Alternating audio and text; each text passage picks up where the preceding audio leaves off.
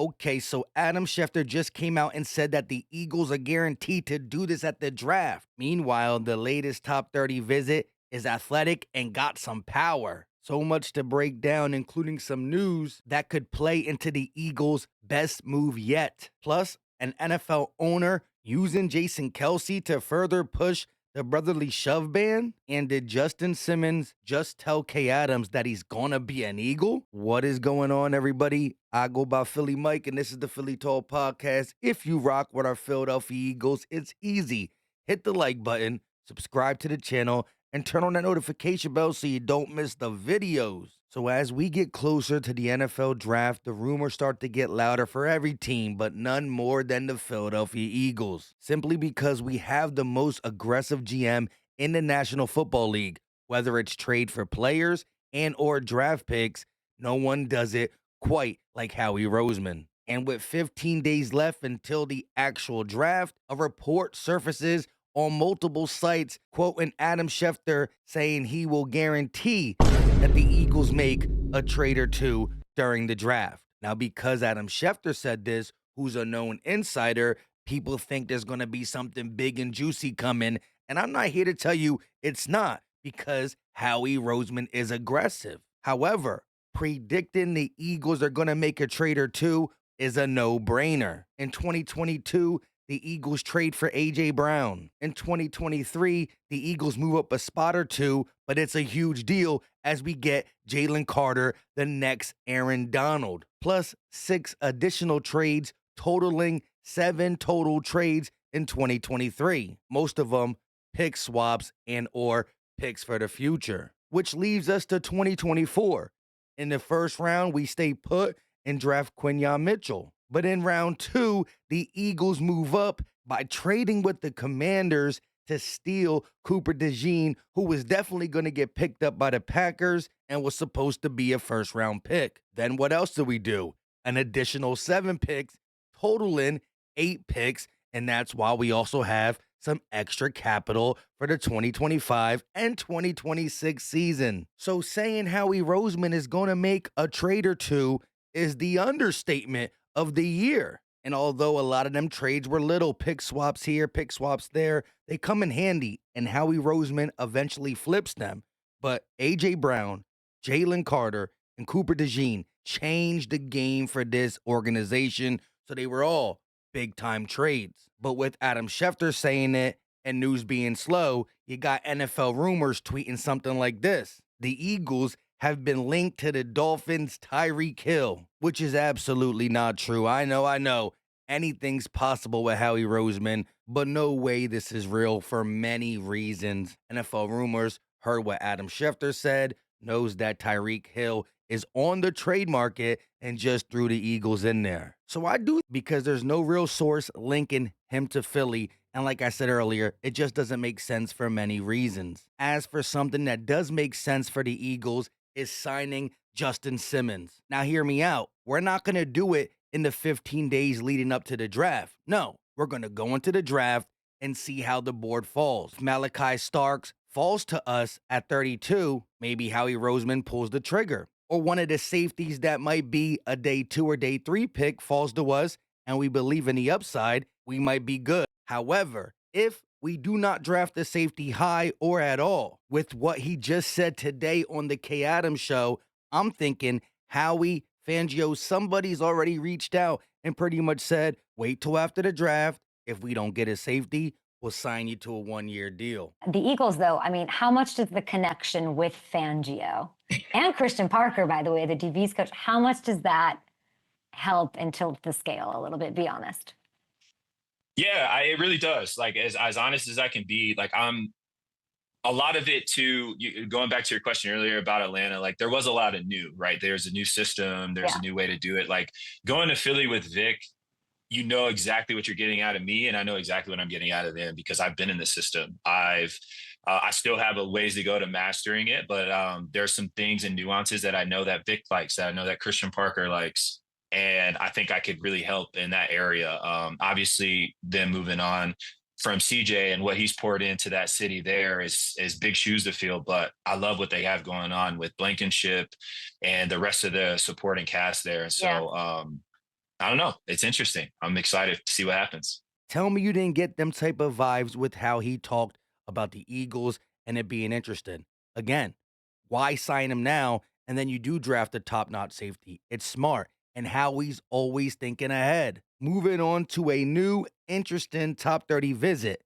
Adam Schefter tweeted, South Carolina defensive tackle TJ Sanders is visiting today with the Texans and Tuesday with the Cardinals. He previously visited with the Falcons, Titans, Eagles, and Packers. Let's just say the kid has been busy. In the last 2 years, he has a combined 93 tackles, 17 tackles for loss, 8.5 sacks, and 5 pass deflections. At 6'5", 300 pounds, this dude can stack up and shed with the best of them, no matter what direction you are going. Simply put, if he's one-on-one, he's going to beat his man and get at the running back, which is the part of his game that he's most talked about for, but the pass rush ability is there, whether it's single or double team. He's shown it with his 8.5 sacks in 2 years. Plus, he has a knack for finding the ball. Again, the motor don't stop with this one, going downfield for the tackle. I could see him coming in here, replacing Milton Williams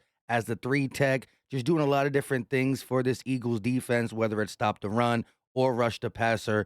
He has a bag of tricks, including his power. Look at him once again at the Senior Bowl. You know the Eagles watch the Senior Bowl. He absolutely demolished this offensive lineman. Another thing about TJ Sanders that low-key reminds me of Milton Williams is his RAS score, which was 9.38 out of a possible 10.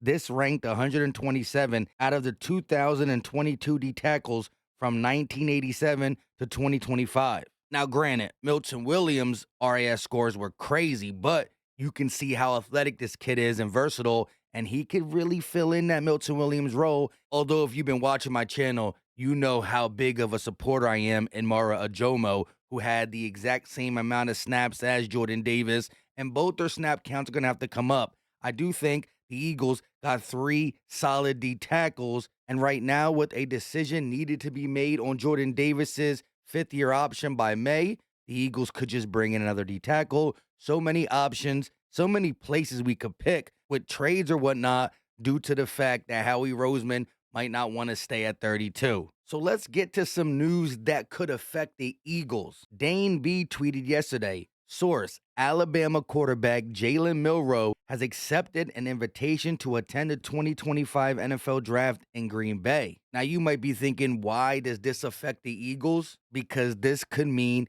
he will be drafted in the first round, which originally he wasn't projected to be a first-round draftee. Furthermore, Jordan Schultz tweet, sources, Alabama, Jalen Moro had private workouts with the Saints and the Browns that were described as impressive.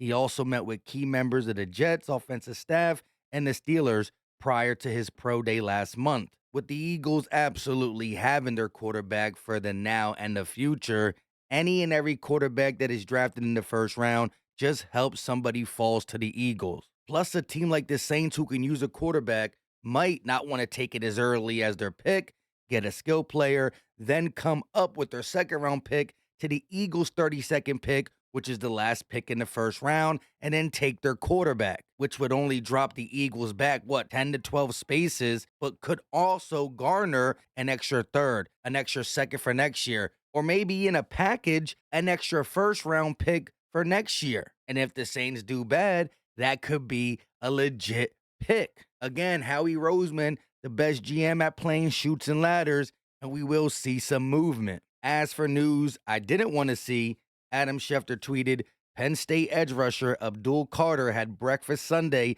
in State College, PA with New York Giants head coach Brian DeBall.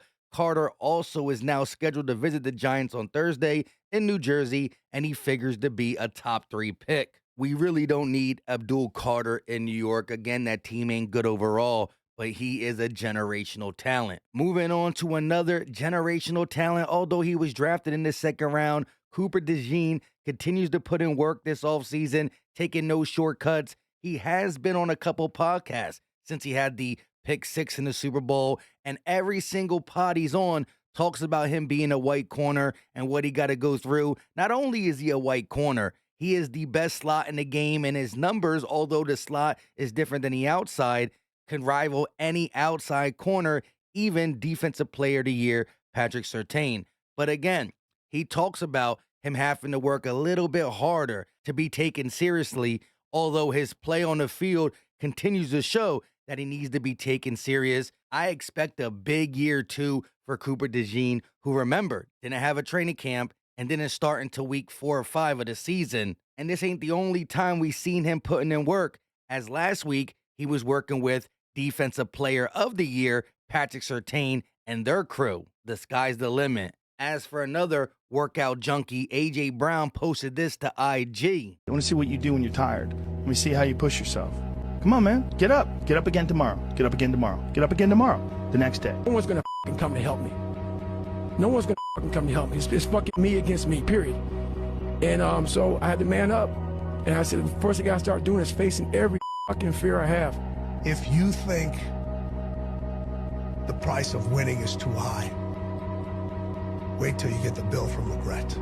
We all know that A.J. Brown's work speaks for itself, but a powerful message sent by A.J. Brown.